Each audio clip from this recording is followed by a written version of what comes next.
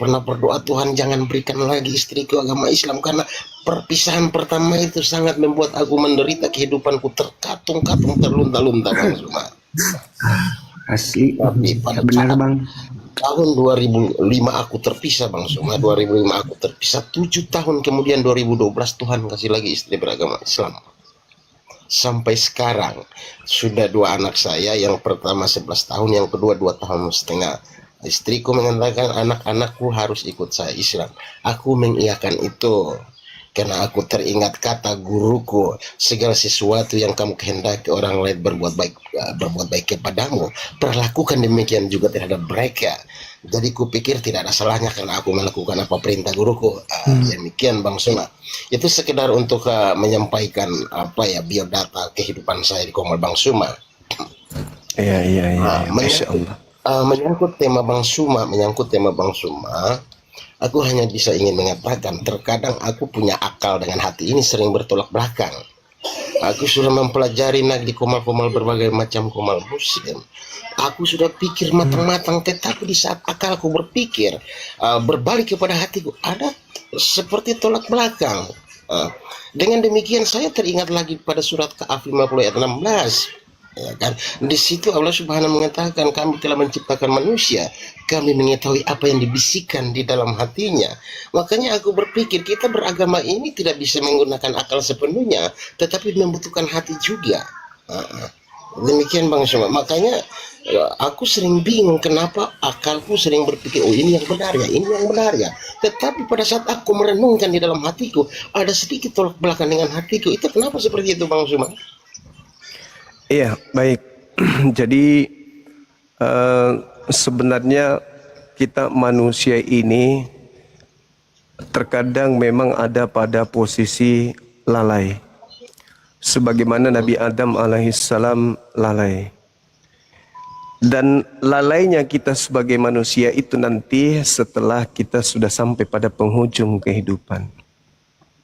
Baru lalai itu ada. Kalau abangku ini mengalami beberapa kemudian keadaan, khususnya dalam berumah tangga. Di kehidupan di atas muka bumi ini, manusia memang berada pada 3 posisi.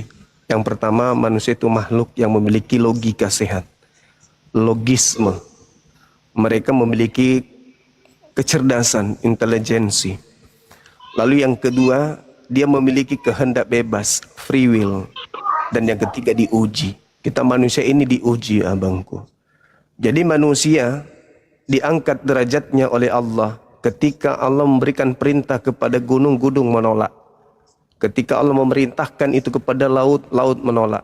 Gak sanggup aku untuk menerima amanah itu.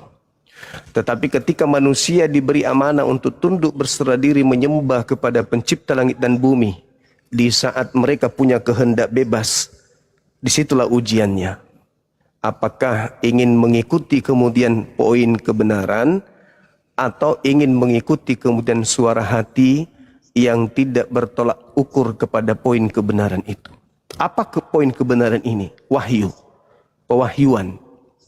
Jadi Al-Quran, contoh analisa sederhananya. Ketika kita mengatakan bahwa kita ini adalah orang beriman di hadapan Allah, Allah Subhanahu wa taala menjelaskan, ya ayyuhalladzina amanu qu anfusakum wa ahlikum nara. Wahai orang-orang beriman, pelihara dirimu. Setelah kamu memelihara dirimu, pelihara keluargamu. Anak adalah buah hati. Ketika kita menyia-nyiakan mereka, berarti kita tidak memelihara buah hati. Maka sebagai orang tua, tanggung jawab kita adalah benar mencari kebenaran itu. Ketika kebenaran itu kita sudah dapatkan, lalu jangan pernah mau melepaskan anak kita untuk tidak berpangku kepada kebenaran yang mutlak, kecuali kita ragu akan kebenaran itu.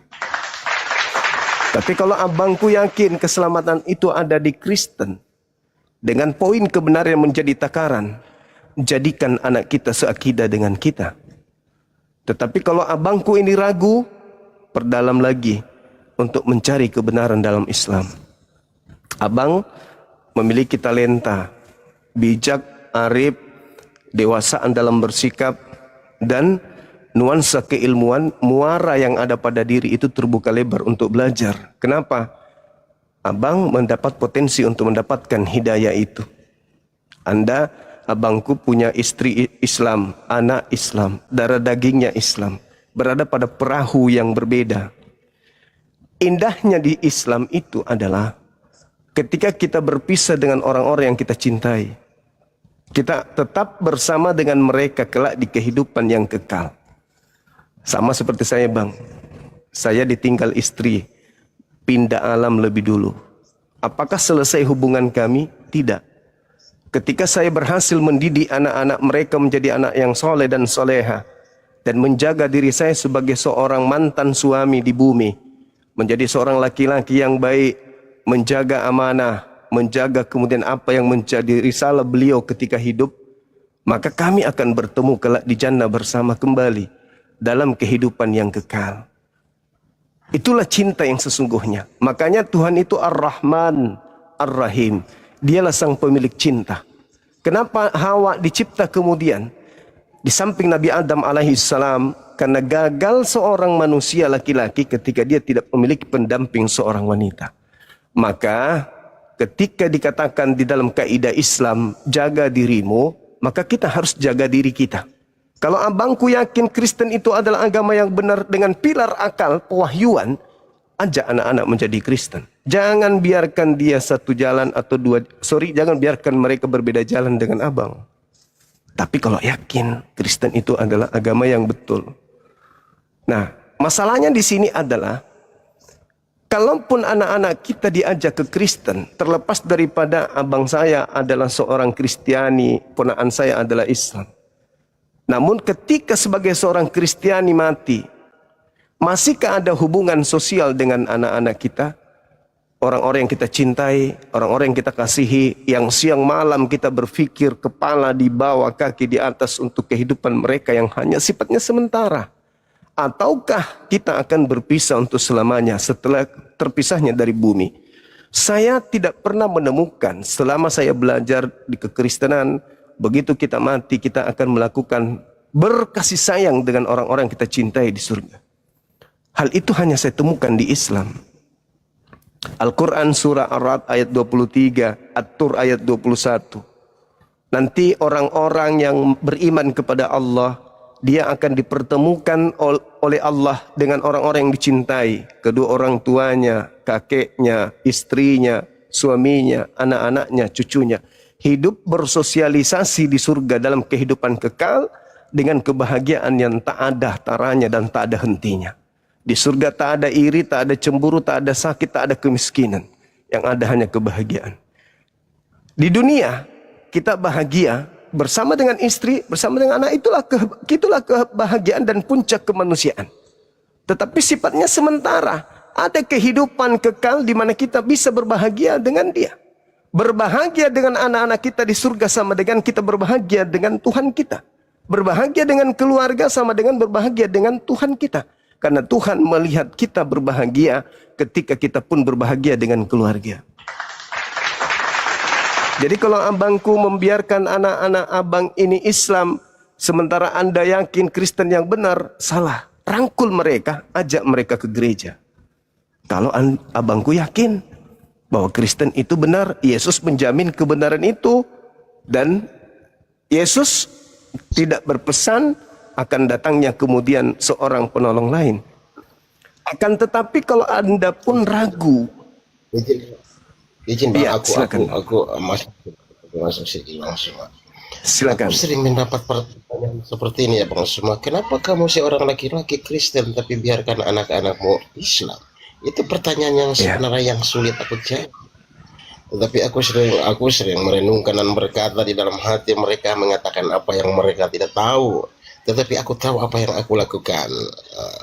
Seperti itu Bang Suma. Berkaitan dengan anak-anak saya, jika Bang Suma ingin mengatakan bahwa jikalau abang tahu Kristen itu benar, ajak anak-anak abang ke Kristen.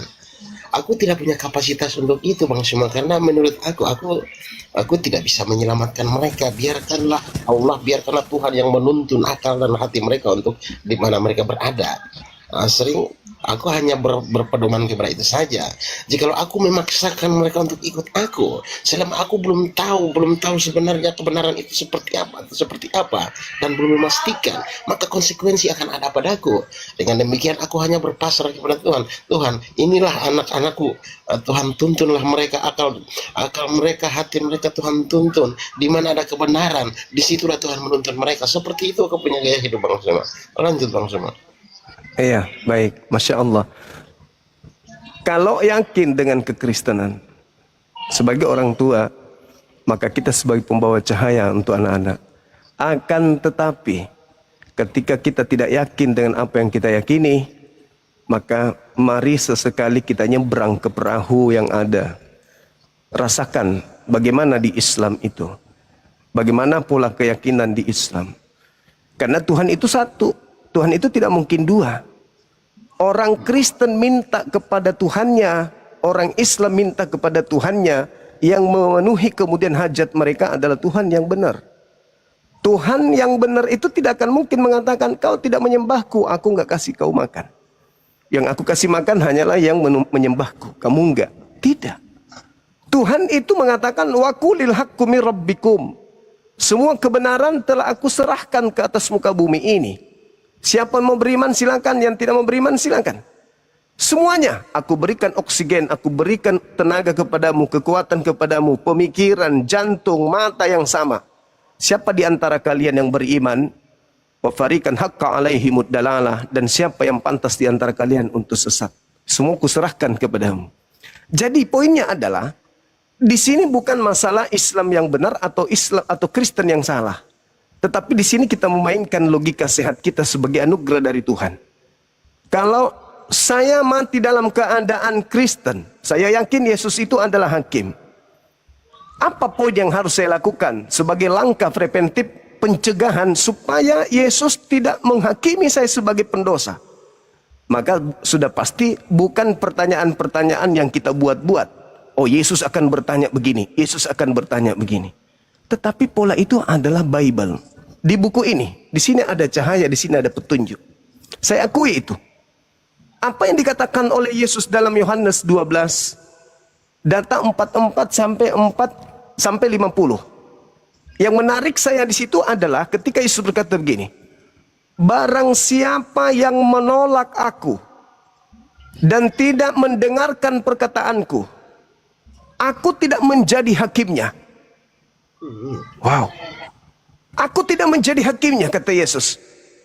Sebab aku datang bukan untuk menghakimi, tetapi untuk memberi terang kepada dunia.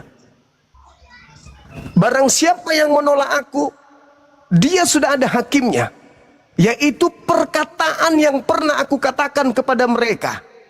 Perkataan itulah kelak yang akan menjadi hakimnya di akhir zaman. Maka saya bersama dengan Bang Ulis akan duduk berhadapan dengan Yesus sang hakim. Itu pasti itu. Di Islam juga dikatakan hal yang sama. Nabi Isa alaihissalam akan turun menjadi hakim. Yesus turun menjadi hakim. Kita ditanya, siapa yang memerintahkan kalian menuhankan aku, menghakikatkan, menyetarakan aku dengan dia yang telah mengutus aku? Saya akan mengatakan, aku tidak pernah mendudukkan engkau setara dengan yang maha besar, maha tinggi. Tetapi aku mengangkat derajatmu sebagai utusan Tuhan yang diutus sebagai makhluk suci terkemuka di dunia dan di akhirat. Adakah perkataan Yesus yang aku bantah? Insya Allah saya akan lolos dari penghakiman pertama. Abangku ditanya, apakah aku pernah berkata, adakah uraian perkataanku yang pernah kamu baca? Bahwa aku ini adalah Tuhan yang turun menjadi manusia sehakikat dengan Tuhan, dan Tuhan itu adalah aku sendiri. Sehingga engkau harus menyembah aku, mengilahkan aku sebagaimana engkau mengilahkan sang Bapa. Maka apa jawaban kita? Enggak ada. Tapi kenapa mempraktekkan menuhankan aku? Bukankah aku sampaikan?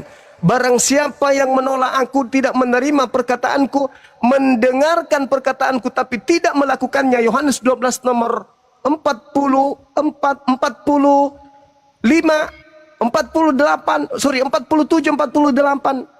Mendengarkan perkataanku tetapi tidak melakukan perkataanku, aku tidak menjadi hakimnya. Yang menjadi hakimnya adalah perkataan itu sendiri. Perkataan itulah kelak yang akan menjadi hakimnya.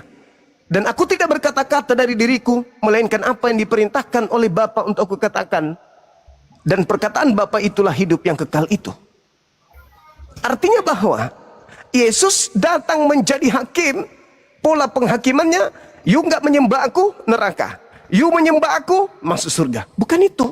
Tapi pola penghakimannya adalah seluruh untaian kalimat suci yang terlontar dari mulutnya ketika beliau penginjilan di tengah-tengah kaumnya Bani Israel. Maka polanya kita rangkul semuanya. Kita rangkul dan kita rangkum semuanya. Tersimpul dalam sebuah kitab yang disebut Bible. Ucapan Yesus dan kesaksian Yesus. Ada dua komponen. Yang pertama adalah apa kesaksian Yesus terhadap orang-orang benar penghuni surga yang datang kemudian pada zamannya yang dimana Yesus menyampaikan firman. Yohanes 17:8, sembari Yesus berdoa, apa kata Yesus? Segala firman yang engkau berikan kepadaku telah aku sampaikan kepada mereka dan mereka telah menerimanya dan mereka percaya bahwa engkaulah yang telah mengutus aku. Subhanallah.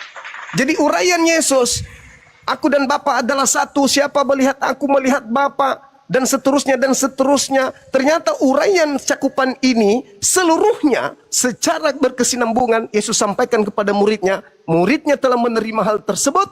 Dan kata Yesus, muridku percaya bahwa aku ini adalah Bapa yang mengutus. Sedangkan kita Kristen, kita ngambil ucapan, aku dan Bapa satu. Tuhan. Siapa melihat aku, melihat Bapa. Tuhan dia.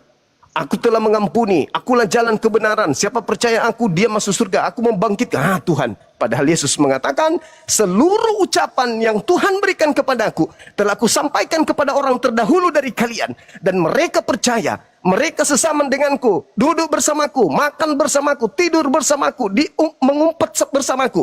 Dan mereka mempercaya bahwa Bapa yang telah mengutus aku. Simpul terakhir. Simpul kedua, ada kesaksianku. Yang lebih penting dari seluruhnya, termasuk kesaksian Yohanes Pembaptis, bahwa semua mujizat yang aku lakukan, mujizat itu yang aku lakukan sekarang dan mujizat itu yang bersaksi bahwa Bapa yang telah mengutus aku. Dua simpul ini menghantarkan kepada anak-anak abangku ini adalah orang-orang yang benar dan akan menjadi penghuni surga. Kenapa? Karena dia telah mendengarkan sabda-sabda Yesus. Bahwa seluruh perkataan Yesus yang ada di Bible, perkataan itu bersaksi bahwa Yesus itu adalah Rasul utusan Tuhan. Dan anak-anak abang telah mempersaksikan bahwa hidup kekal itu adalah mereka mengenal engkau satu-satunya Tuhan yang benar dan mengenal Yesus Kristus yang engkau utus. Dengan muslimnya anak abangku, mereka akan memperoleh hidup yang kekal. Hebatnya anak-anak ini adalah ketika Yesus mengatakan pada hari terakhir nanti banyak orang memanggil aku Tuhan, berseru, mengatakan bermujizat, bernubuat, mengusir setan pakai namaku. Dan aku akan berkata kepada mereka, aku tidak mengenal kalian, kalian semua adalah pembuat kejahatan. Pingin rasanya memeluk anak abang. Kenapa? Karena anak abang tidak pernah memanggil Yesus Tuhan, bermujizat, bernubuat, mengusir setan pakai nama Yesus. Tapi bapaknya sendiri, mohon maaf, belum tentu juga memanggil dan bernubuat pakai nama Yesus. Tapi paling tidak, salah satu kandidatnya adalah saudara-saudara kami yang beragama Kristen. Hindu tidak, Buddha tidak, Islam tidak, Yahudi tidak. Satu-satunya kandidat adalah saudara kami Kristen. Kalau tidak seluruhnya, hanya sebagian saja yang bermujizat, bernubuat, mengusir setan pakai nama Yesus. Tapi paling tidak Yesus mengatakan dari buahnya kau akan melihat mereka. Berarti saudara kami Kristen yang tidak melakukan hal tersebut, tetap saja ditebang batangnya. Karena Yesus mengatakan, dari buahnya kau akan mengenal dia. Dapatkah buah yang baik dipetik dari pohon yang tidak baik? Pohon yang tidak baik akan ditebang dan dilemparkan ke dalam api neraka. Artinya bahwasanya ketika batang itu ditebang, tidak semua buahnya itu busuk. Ada yang segar, tapi karena dia adalah berasal dari batang yang buruk, maka ditebanglah batang itu sehingga buahnya seluruhnya baik ataupun busuk dilemparkan ke dalam api neraka jahanam. Dari buahnya, kata Yesus. Ya, alhamdulillah saya sebagai muslim bangga memiliki abang kayak abang ini yang orang yang sangat bijak dan arif. Silakan Bang. Oke Bang, makasih narasinya. Sedikit aku bertanya menyangkut Matius 25 ayat 31 sampai 46 Bang. Di situ konteksnya tentang penghakiman terakhir.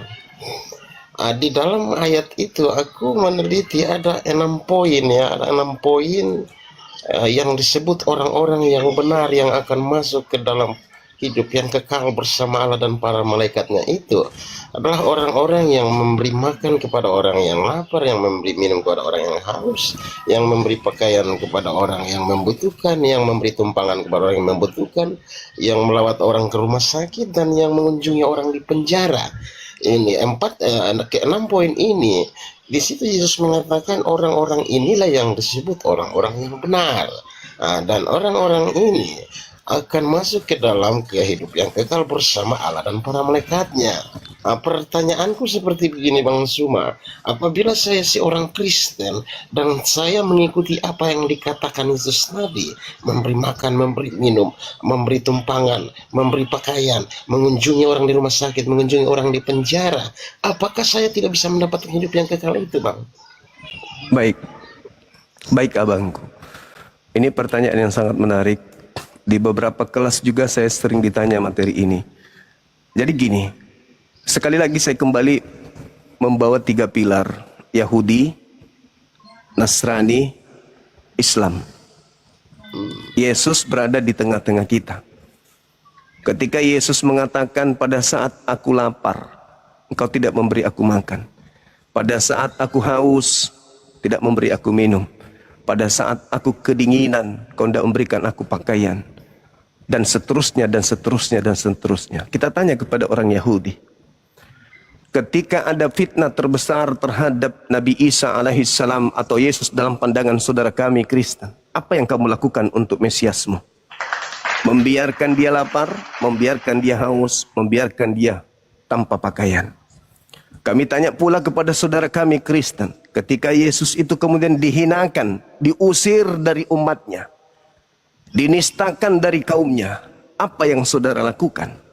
Saudara kami Kristen, malah mengiyakan dan mengaminkan apa yang mereka lakukan terhadap Yesus dengan mengambil salib sebagai bentuk penyiksaan terhadap Yesus, malah dijadikan sebagai lambang keselamatan oleh saudara kami Kristen. Islam kemudian datang. Ketika Yesus alaihissalam dipitnah, diajarkan dengan begitu hina, Islam datang kemudian memberikan pakaian, memberikan makanan, memberikan minuman, memberikan tumpangan. Islam datang membersihkan nama beliau, lalu kemudian Islam menegakkan kemudian sendi-sendi pengajaran beliau. Islam datang menghantarkan manusia Islam itu sendiri untuk menghargai beliau.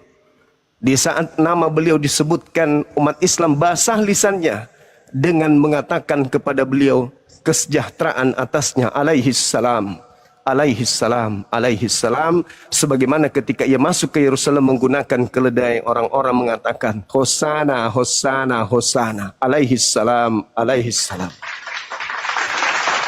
Lalu apa kaitannya dengan kata Yesus di Matius 25?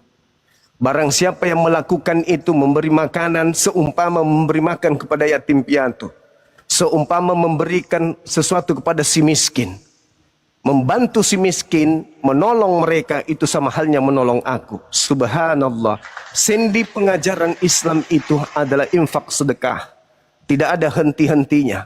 Bahkan poin yang paling mencekam dalam Islam itu adalah ketika manusia Islam itu penuh harta, kajian demi kajian dalam agama keislaman itu adalah amal jariah, amal kebajikan, harta surga, amal kebajikan, amal kebajikan, amal kebajikan.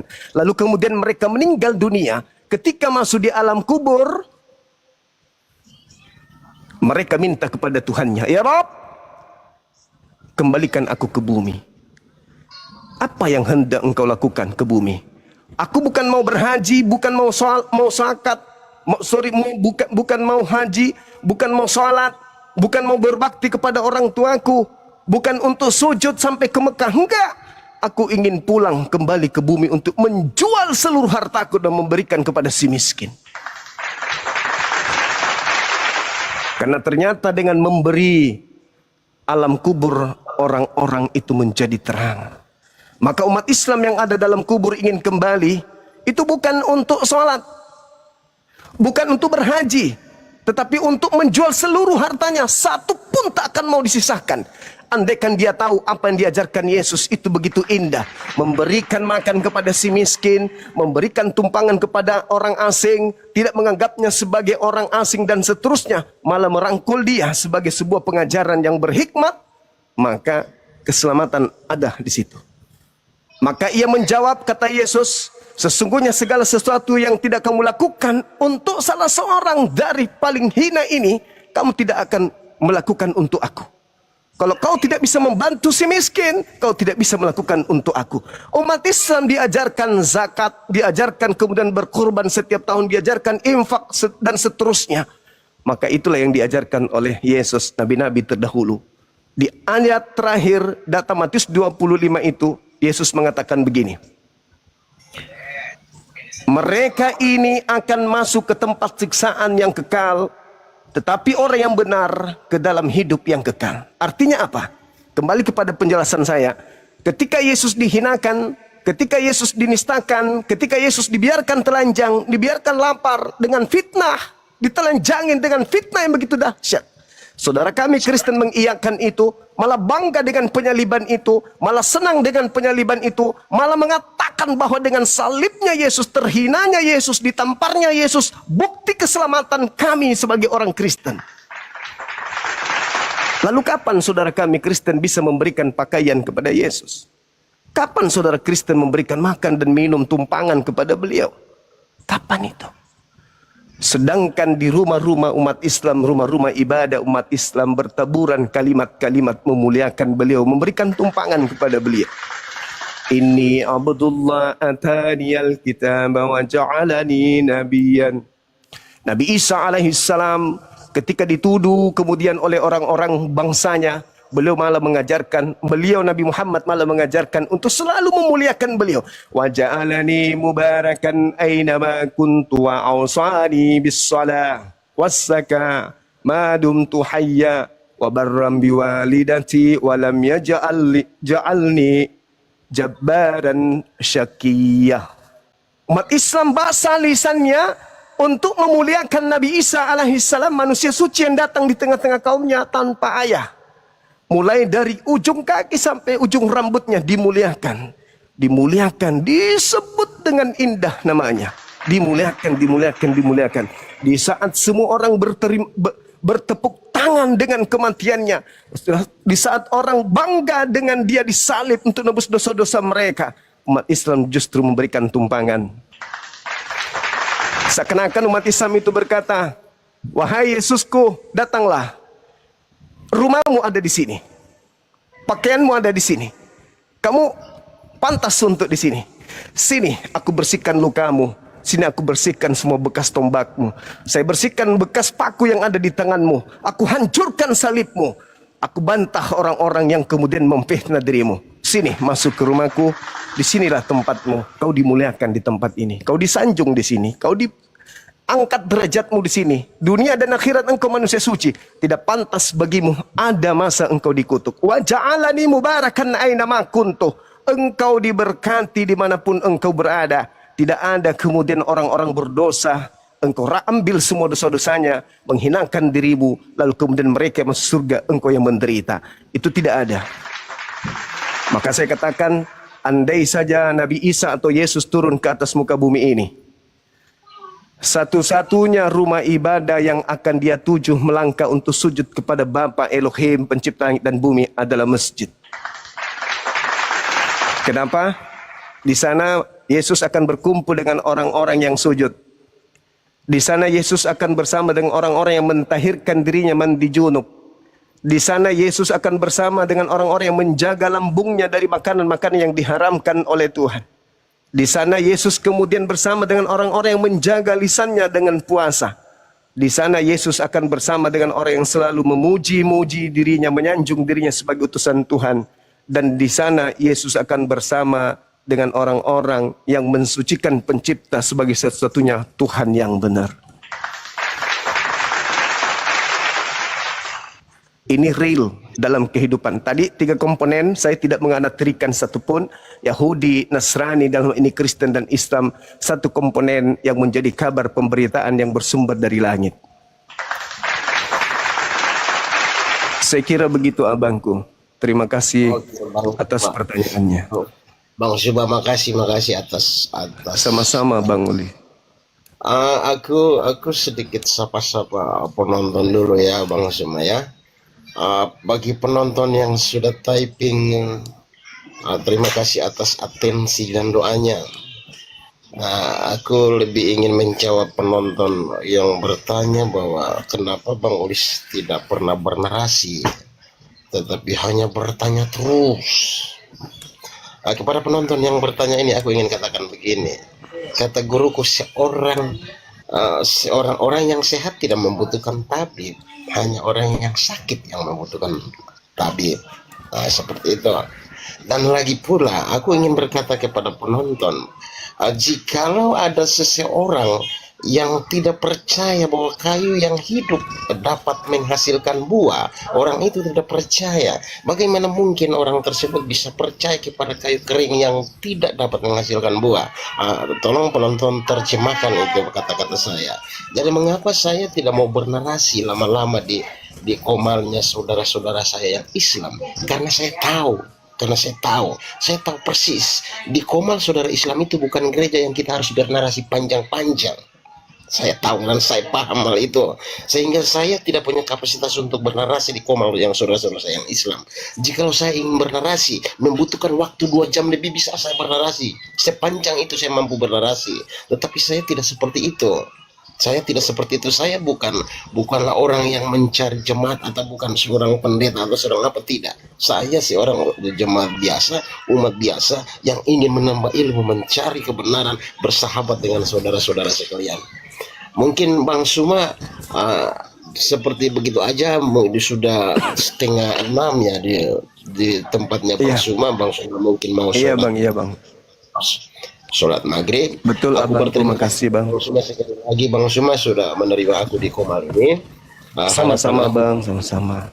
Bang Suma tetap sehat, tetap dilimpahkan rezeki Allah Subhanahu wa taala untuk menjalani kehidupan. Cuma makasih Bang Suma sekali lagi, salam hormat itu. Aku mohon makasih pamit, abangku, sehat terus. Sehat selalu abang.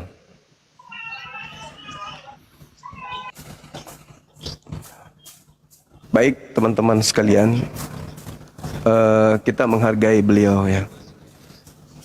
Sebagai seorang Kristen, beliau mengedepankan kemudian adab di dalam nuansa keilmuan yang bertalian dengan perbandingan agama.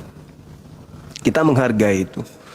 Dan saya tidak pernah berkeberatan ketika abang-abang kita non-muslim mau bertanya tentang Islam. Sesanggup saya bisa mau bertanya sampai 2 hari pun, selama pertanyaannya itu tujuannya untuk menggali khasanah keilmuan, maka itulah fungsinya kita sebagai umatnya Nabi Muhammad.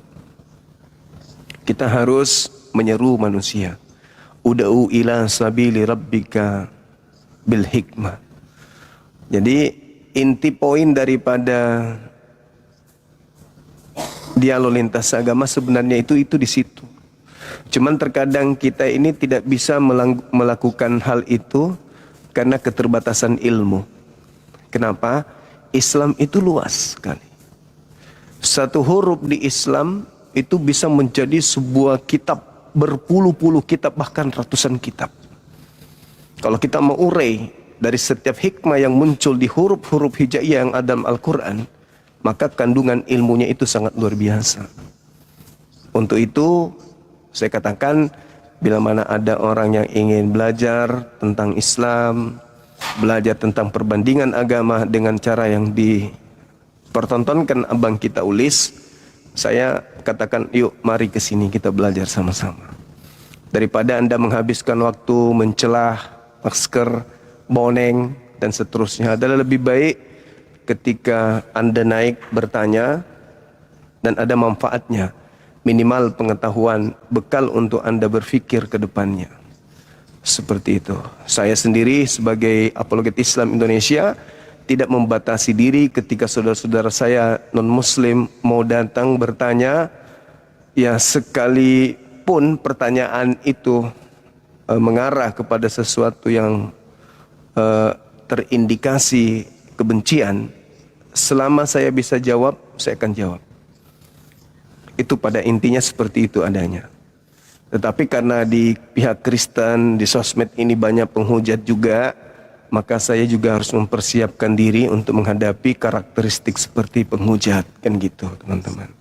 Seperti orang-orang penghujat itu, saya harus memiliki kemudian senjata untuk menghadapi mereka, supaya mereka tidak lagi melakukan penghujatan.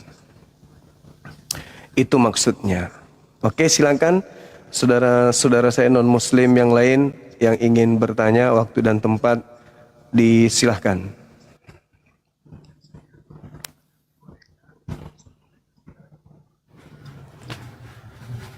Teman-teman di YouTube, makasih ya. Ya, Assalamualaikum. Semangat sore. Bang. Waalaikum Ibu Katolik Protestan. Muslim, maaf Bang Zuma. Tadi saya lihat ada asap Waalaikumsalam hitam di atas kepala Pak Ulis itu ya. Merokok beliau. Oh, merokok. Iya. Banyak banget gitu. Ya, Assalamualaikum. Waalaikumsalam warahmatullahi. Jangan pula dibilang diruqyah. Habis itu sesuatu keluar dari tubuhnya.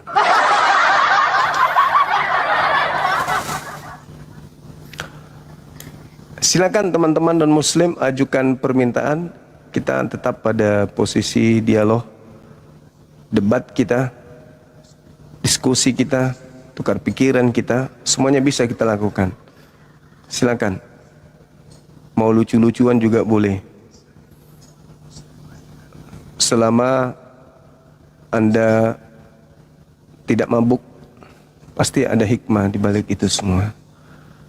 Gitu teman-teman.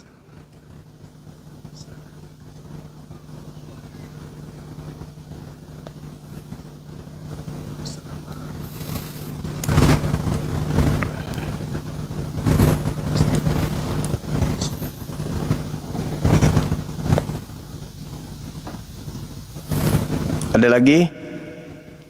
Teman-temanku yang saya cintai, silakan.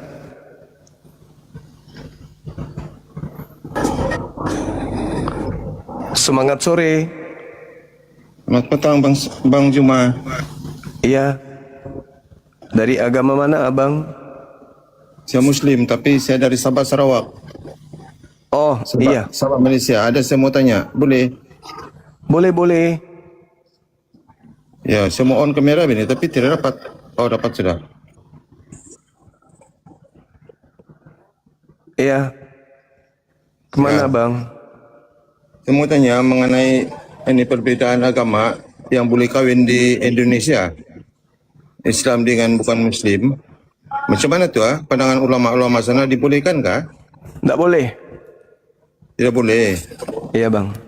Jadi yang berlaku sekarang tu haram lah itu. Nggak boleh nikah beda agama di Indonesia.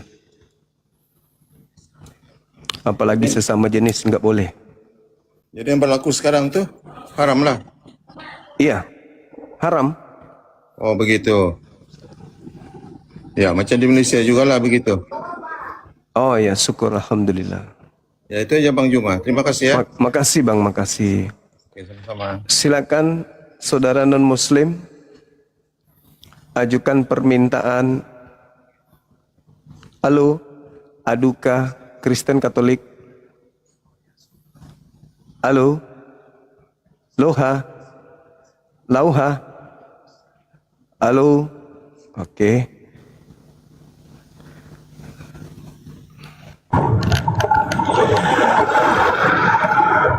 Silakan buka kameranya.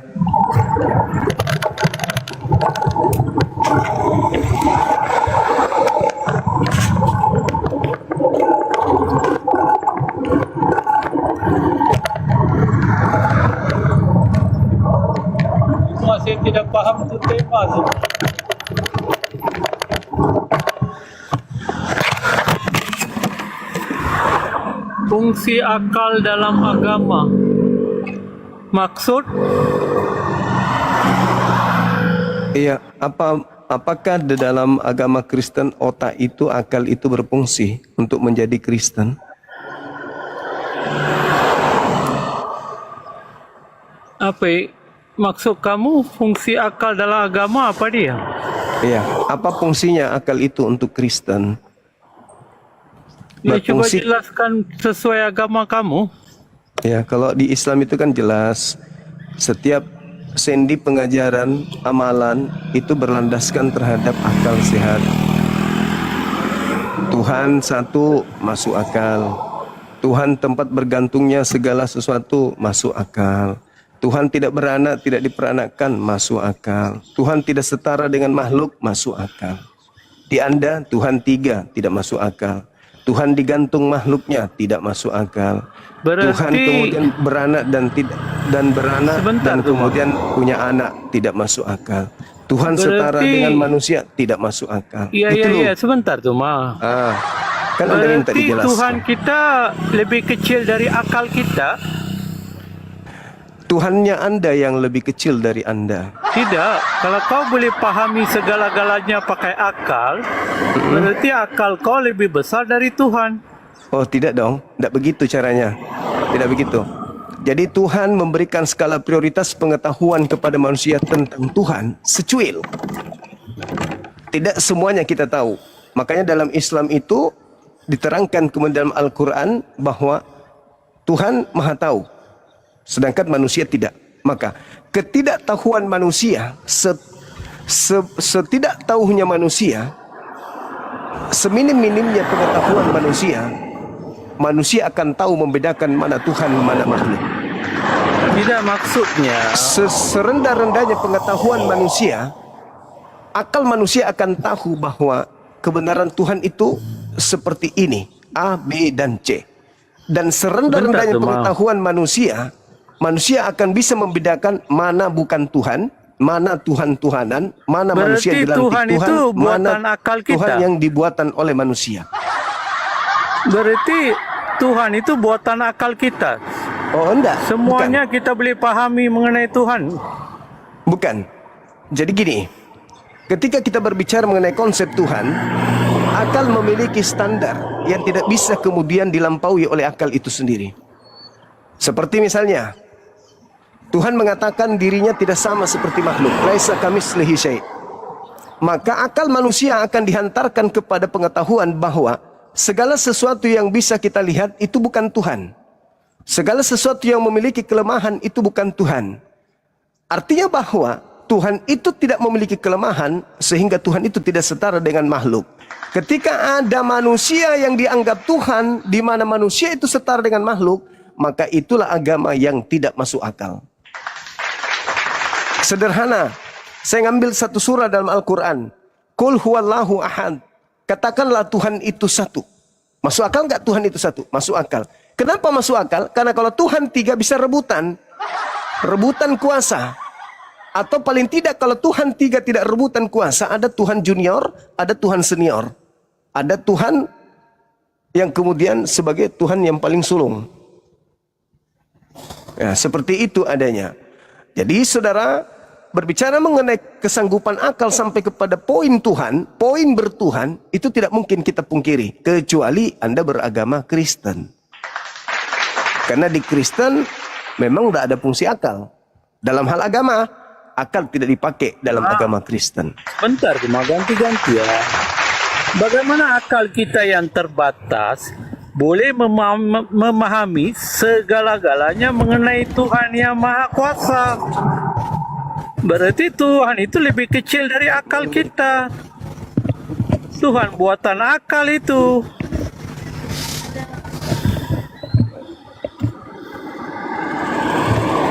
Kalau di Kristen, Tuhan yang menyatakan dirinya. Kita memahami Tuhan mengikut bagaimana Tuhan menyatakan dirinya, bukan Tuhan buatan akal.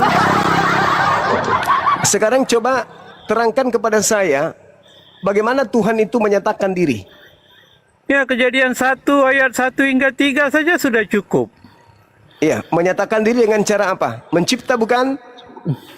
Ya, dia menyatakan dirinya, dia mempunyai cara? roh dan mempunyai sabar. Aku kan jawab. Enggak ada Tuhan mempunyai. Sabar. Boleh aku jawab? Iya, silakan. Dia menyatakan dirinya dengan mengatakan dia memiliki roh Di mana? dan Di mana tertulis itu? firman. Di mana? Kejadian di sana? 1 ayat 1 hingga 3. Apakah itu berbicara mengenai hakikat Tuhan? Iya, Bapak, firman dan Roh Kudus. Coba, di mana di situ berbicara mengenai hakikat Tuhan? Tunjukkan ke saya. Ya, Bapak, firman dan Roh Ya, Kudus. itu kan implementasi dari gereja yang Anda hantamkan masuk ke kitabnya Yahudi. Itu kan pernyataan Tuhan mengenai dirinya. Pernyataan Tuhan, enggak salah. Itu bukan pernyataan Tuhan mengenai dirinya, itu pernyataan Tuhan mengenai ciptaannya. Anda keliru. Itu bukan Keliru berbicara. apa?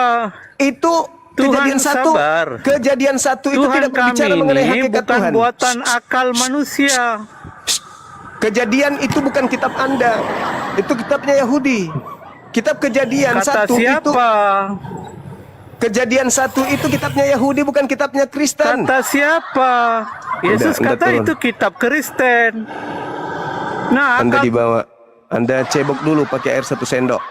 Kitab Kejadian itu tidak berbicara mengenai hakikat Tuhan. Kejadian 1 itu bercerita tentang proses penciptaan alam semesta. Bukan bercerita tentang hakikat Tuhan, enggak. Tidak ada yang bisa membahas tentang hakikat Tuhan dari kitab Kejadian sampai kitab Wahyu, kecuali agama pagan yang mengatakan hakikat Tuhannya itu setara dengan manusia. 1 Yohanes 3 nomor 2. Tuhannya sehakikat dengan manusia. Filipi 2 nomor 6, 7, 8. Tuhannya sehakikat dengan manusia. Kolose 2 nomor 9. Tuhannya sehakikat manusia. Hanya orang longor yang tidak punya ilmu, yang tidak punya kapasitas untuk menelaah tentang hakikat Tuhan yang bisa mengatakan itu. Sekali lagi saya katakan kepadamu, kitab Kejadian milik Yahudi bukan milik Kristen. Kitab Kejadian itu bercerita tentang proses penciptaan ciptaan. Bukan proses Tuhan memperkenalkan hakikat dirinya. Belajar lagi. Jangan kau perkosa agama orang. Jangan kau perkosa konsep agama orang. Jangan kau perkosa kemudian kitabnya orang. Jangan memperkosa milik orang. Makanya Yesus mengatakan, jangan kau berikan mutiara, jangan kau berikan barang kudus kepada babi dan anjing. Karena akan dipijak-pijaknya. Ini pembuktiannya. Kau pijak-pijak, kau injak-injak kitabnya orang. Itu adalah mutiara. Itu adalah barang kudus. Pada mulanya Allah menciptakan. Pada mulanya Allah menciptakan. Bukan pada mulanya Allah menampakkan diri. Bukan. Pahami itu. Belajar lagi. Kembali bang, kembali seperti ini bang. Oh mama Bang Cuma, coba dengarkan. Bisa Ya. bang dengarkan? bisa. Oke. Sekarang siapa manusia itu sebenarnya? Kalau pandangan agama Kristen, manusia itu adalah manusia adalah ciptaan Tuhan yang paling tertinggi, Itu pintar. yang mempunyai akal dan pikiran. Itulah manusia diciptakan Pintar. oleh Tuhan. Iya. Jadi Terus? yang kedua soal hikmat. Soal hikmat atau akal dan pikiran tadi itu juga Salomo pernah meminta hikmat kepada Tuhan. Yang artinya bahwa hikmat itu adalah Tuhan yang memberikan kepada manusia itu sendiri. Nah, bagaimana supaya manusia berhikmat, berilmu, beradab, itu kembali dari Tuhan. Pemberian Tuhan itu kepada manusia itu. Jadi jangan sekali-sekali kita sombongkan seperti itu, Bang. Kalau menurut saya, jangan sekali kita sombongkan itu pemberian Tuhan kepada kita. Sebab karena pemberi akal dan pikiran itu adalah kembali dari Sang Pencipta, Bang. Itu kalau menurut saya, Bang. Iya. Jangan Nggak ada sombong. masalah. Nggak ada masalah itu. Sekarang permasalahannya adalah apakah Kristen ini masuk akal? Kita ambil konsep Tuhan dulu. Konsep Tuhan. Apakah konsep Tuhan dalam Kristen itu harus pakai akal untuk menerima? Bisa diterima dengan akal?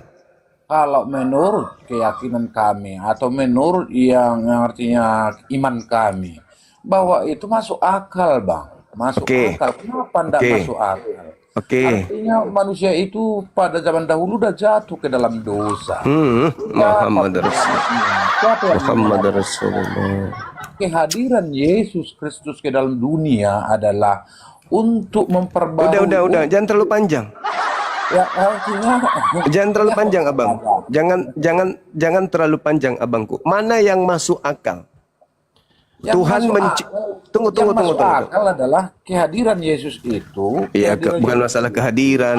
Yang hadir masalahnya Tuhan. Kalau yang hadir manusia, kambing, hewan, tumbuhan, ya masuk akal. Ini masalahnya Tuhan. Kan ada datanya, Bang. Datanya Lukas itu. Sabar dulu. Oh iya, data itulah agama, Abangku. Yang kita bahas di sini apa fungsi akal dalam agama Kristen. Kita olah dulu nih. Di agama Kristen, Tuhannya turun ke bumi menjadi manusia. Betul? Benar. Di Islam, Tuhan yang Maha Kuasa menciptakan manusia lahir tanpa ayah. Di Kristen, Tuhan menciptakan dirinya menjadi bukan Tuhan. Pertanyaannya, mana yang ditelaah dengan akal? Mana yang diyakini tanpa akal? Mana yang diyakini tanpa akal? Saya ulang lagi. Di Islam, pencipta langit dan bumi yang disebut Sang Khalik menciptakan Isa alaihi salam lahir tanpa ayah. Tuhan yang Maha menciptakan manusia lahir cuman ibu tanpa ayah. Itu ditelaah dengan akal. Bandingkan dengan di agama saudara, Tuhan pencipta langit dan bumi menciptakan daging untuk menjadi dirinya yang bukan Tuhan. Lahir tanpa ayah. Jadi Tuhan menciptakan dirinya menjadi bukan Tuhan. Jadi Tuhan yang Maha Pencipta menciptakan daging manusia untuk menjadi dirinya yang bukan Tuhan. Jadi Tuhan menciptakan dirinya menjadi bukan Tuhan. Sehingga dikatakan dia adalah manusia 100% dan dia adalah Tuhan 100%. Pada saat mana dia Tuhan? Pada saat dia belum jadi manusia. Pada saat dia jadi manusia, dia bukan lagi Tuhan. Berarti di Kristen, Tuhan menciptakan dirinya menjadi bukan Tuhan, yaitu menjadi manusia yang lahir tanpa ayah. Menurut saudara, di dua keyakinan agama ini, yang mana yang butuh akal, yang mana yang tidak butuh akal? Silakan. Kalau soal di mana yang butuh akal dan di mana yang tidak butuh akal, ya kalau menurut saya kedua-duanya adalah butuh akal juga. Ya, karena itu harus kita pikirkan juga. Karena siapa yang siapa yang menciptakan akal dan pikiran itu adalah kembali kepada Sang Pencipta. Dia yang memberikan kepada umat manusia itu supaya bisa berpikir. Bagaikan monyet tidak bisa yang artinya membangun rumahnya atau tidak bisa kapal terbang. Tapi apa keunggulan atau keistimewaan manusia itu menurut pandangan agama Kristen? Bahwa keistimewaannya adalah makhluk ciptaan yang paling istimewa adalah manusia itu sendiri. Itu menurut Yang mana yang dianut berdasarkan filter akal. Tuhan menciptakan dirinya menjadi bukan Tuhan, yaitu menjadi manusia. Atau Tuhan menciptakan manusia lahir tanpa ayah. Mana yang masuk akal? itu kan pandangan abang. Padahal Enggak, kalau ini kamu- akal. Saya tidak membawa diri saya membawa akal. Mana yang masuk ke akal? Tuhan Maha Pencipta yang Maha Kuasa menciptakan manusia sebagai ciptaan lahir tanpa ayah, atau atau Tuhan menciptakan dirinya menjadi bukan Tuhan, yaitu manusia. Mana yang masuk akal? Silakan. Menurut saya Bang Leb, Di saya kamarnya AA. lebih masuk akal itu agama Kristen itu. Karena Alamak.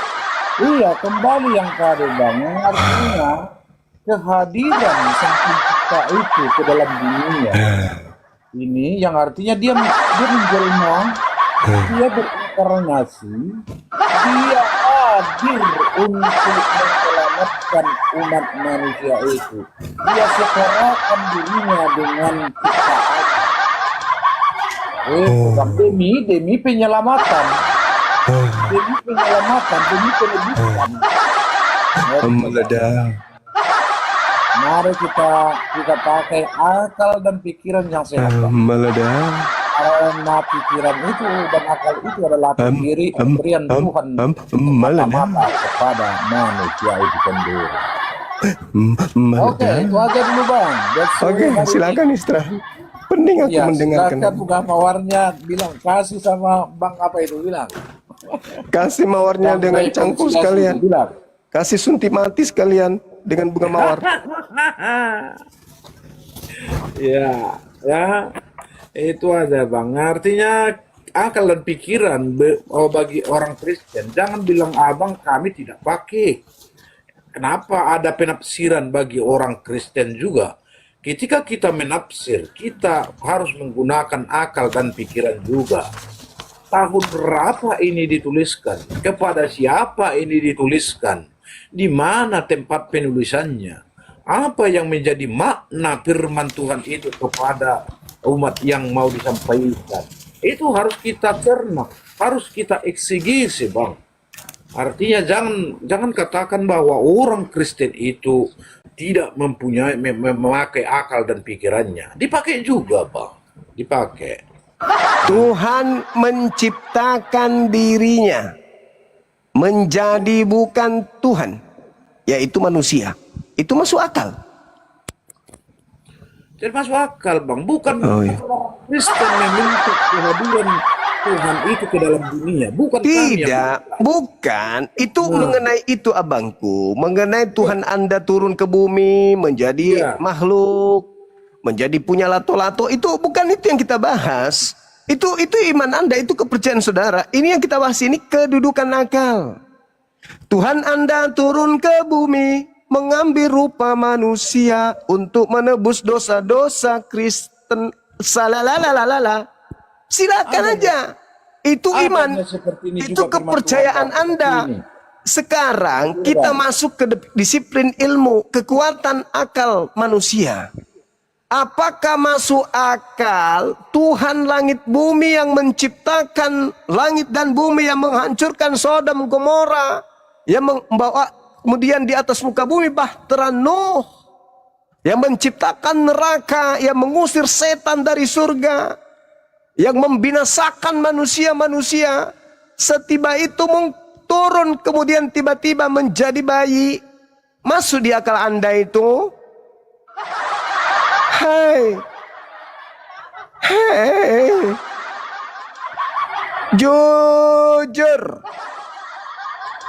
jujur, iman Kristen tidak boleh ditabrakkan dengan akal, sebab iman Kristen tidak masuk akal. Beda dengan Islam. Kalau di Islam jelas sekali bagaimana Allah Subhanahu wa taala menjelaskan kepada kami umat Islam bahwasanya yang terjadi pada diri Nabi Isa alaihissalam itu adalah hal yang sama seperti yang terjadi pada diri Adam alaihissalam. Jadi tidak ada yang bisa kemudian menutupi keberadaan Islam itu dengan akal-akalan mereka. Islam selaras dengan akal. Ya, jadi kalau Tuhan Anda menciptakan dirinya menjadi manusia, itu sudah tidak pakai akal untuk menelaah, tapi percaya saja, yakini saja. Jangan pula Anda mengatakan masuk akal, akal ayam. Jangan bilang abang kami ini tidak menggunakan akal dan pikiran itu dipakai Ya memang, juga, Bang. memang nggak mungkin. Kalau Anda menggunakan akal, tidak mungkin Anda mau mengimani Tuhan turun menciptakan dirinya menjadi bukan Tuhan. Tuhan berhenti menjadi Tuhan. Gak mungkin pakai akal, pakai iman iya. Pakai akal mustahil. Kenapa dibilang seperti ini, Bang? Kasihlah Tuhan Allahmu dengan segenap hatimu, dengan segenap jiwamu, dan dengan segenap akal budimu. Nah, itu ada. Tuhan yang harus dikasihi itu Tuhannya Yahudi, bukan Yesus. Diperintahkan untuk mengasihi Tuhan Elohim, bukan mengasihi Yesus sebagai Tuhan. Kalau kami Bang, tidak kami pisahkan antara kitab perjanjian lama dengan kitab perjanjian baru. Oh ya udah, oke lah. Iya, satu punya Silakan satu aja. kesatuan itu. Silakan aja, Bang. Pisahkan di antara kedua kitab itu. Iya, karena kalau dipisahkan Iya. maka hancurlah Kristen. Sempurnakannya sudah yang artinya kitab perjanjian baru itu. Betul. Karena Digenapi. Apa yang dibuatkan di kitab perjanjian lama digenapi di kitab perjanjian baru. Nah, itu Bang. SDS kan? Karena Kristen kalau itu bertanggung jawab secara histori. itulah yang disebut serigala nyamar jangkrik. Bukan Bang. Ngambil kitabnya agama Yahudi, Kalau- lalu Nah, dikait-kaitkan itulah. dengan kitabnya orang Kristen, Sebenarnya yang kukatakan, lalu merasa bahwa kemudian mereka disempurnakan dengan dua kitab. main-main, nih. Jadi jangan gitu, katakan saudara. sekali kepada orang Kristen pakai akalmu. Orang Kristen aja, pendeta Kristen aja itu memakai akal dan pikiran. Ketika mereka mungkin. mengexegese, ketika mereka Nggak mungkin. Nih, kita uji nih, kita uji. menggunakan akalnya, Kita uji. di mana dituliskan ini? Kita Sama uji. siapa? Itu Kita kita, uji. kita tanya itu kembali ke Kita uji, dalam Bang. kebenaran Alkitab ya. Kita uji. Apa? Coba dulu kita uji dari Apakah mana? Tuhan bisa berhenti menjadi Tuhan? Kalau Tuhan itu tidak boleh berhenti menjadi Tuhan, dia mulai dari awal sampai akhir. Dia adalah Alfa dan Omega selalu. God. Ketika Yesus bayi, apakah dia Tuhan? Bayi dia Tuhan Bang. Sebab hari ini telah lahir bagi Tuhan Kristus di kota Daud. Oke, Jadi yang dia lahir. sejak kelahirannya kembali. Bagaimana Malaikat bayi Gabriel ini? menyampaikan. Bagaimana bayi ini bisa mengatur alam semesta? Wah, itu ada yang ngatur itu Bang, udah ada ya malaikat-malaikat. Ada malaikat-malaikat. Malaikat Mulai Gabriel, apa fungsinya? mulai ngaco. Seperti itu, Pak. Bagaimana Tuhan bisa memberikan instruksi kepada malaikat pada saat Tuhan Anda menjadi bayi? Kan dia ada dalam roh. Roh kebenaran. Mama akal-akalan. Percayalah Bang. Hancur. Bertobatlah, Bang. Bagaimana Bertobat, Bang. seorang Yesus bisa mengatakan dan mengatasi alam semesta sedangkan mengatasi pantatnya yang kena aja nggak bisa? Mengatasi kotoran yang memenuhi celana dalam Yesus aja nggak bisa, apalagi alam Itu semesta. Imam abang yang krisis Bang Juma. Bagaimana Yesus mengatur galaksi-galaksi alam semesta, langit tingkat 7, bumi dan seterusnya, sementara untuk membersihkan lubang pantatnya aja nggak bisa. Kalau kita Jari-jarinya tahu nggak bisa kehamilan sampai ke daripada sini. Maria, Jari-jarinya nggak bisa sampai ke sini. kembali menjadi Apalagi kita sampai yang ke langit. bisa tidak diterima oleh akal dan pikiran kita. Kehamilan daripada Maria itu.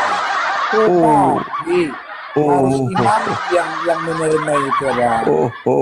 Ya itulah makanya harus Anda jujur akui. Anda harus akui bahwa agama Kristen agama yang tidak masuk akal. Jangan Anda paksakan. Tapi menurut abang, Loh, sekarang menurut kutanya dulu Abang, abang. Sekarang kutanya, bisakah Ya. Yesus bayi ini cebok sendiri? Ya kalau itu Bang, tidak boleh kita pertanyakan lagi Bang. Ada langkah-langkah tertentu yang harus dijalani oleh itu sendiri. Ada Ada Tuhan jalan tak jalan bisa pikiran cebok yang harus sendiri. dia laksanakan Cak secara Ayu. hati.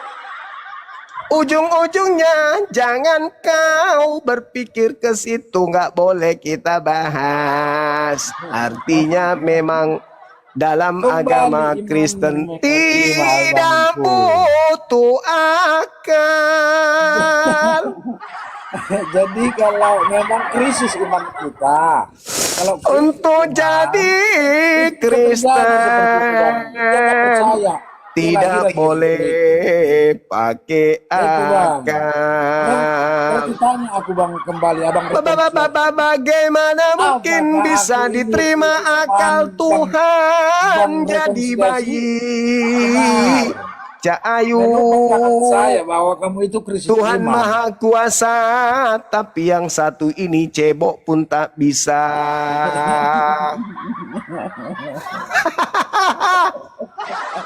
Jadi Mana untuk mawarnya jadi bilang lah, ya daripada mana kita berantem mawar-mawarnya, kasih mawar di dalam kepada dialog beliau. ini kan.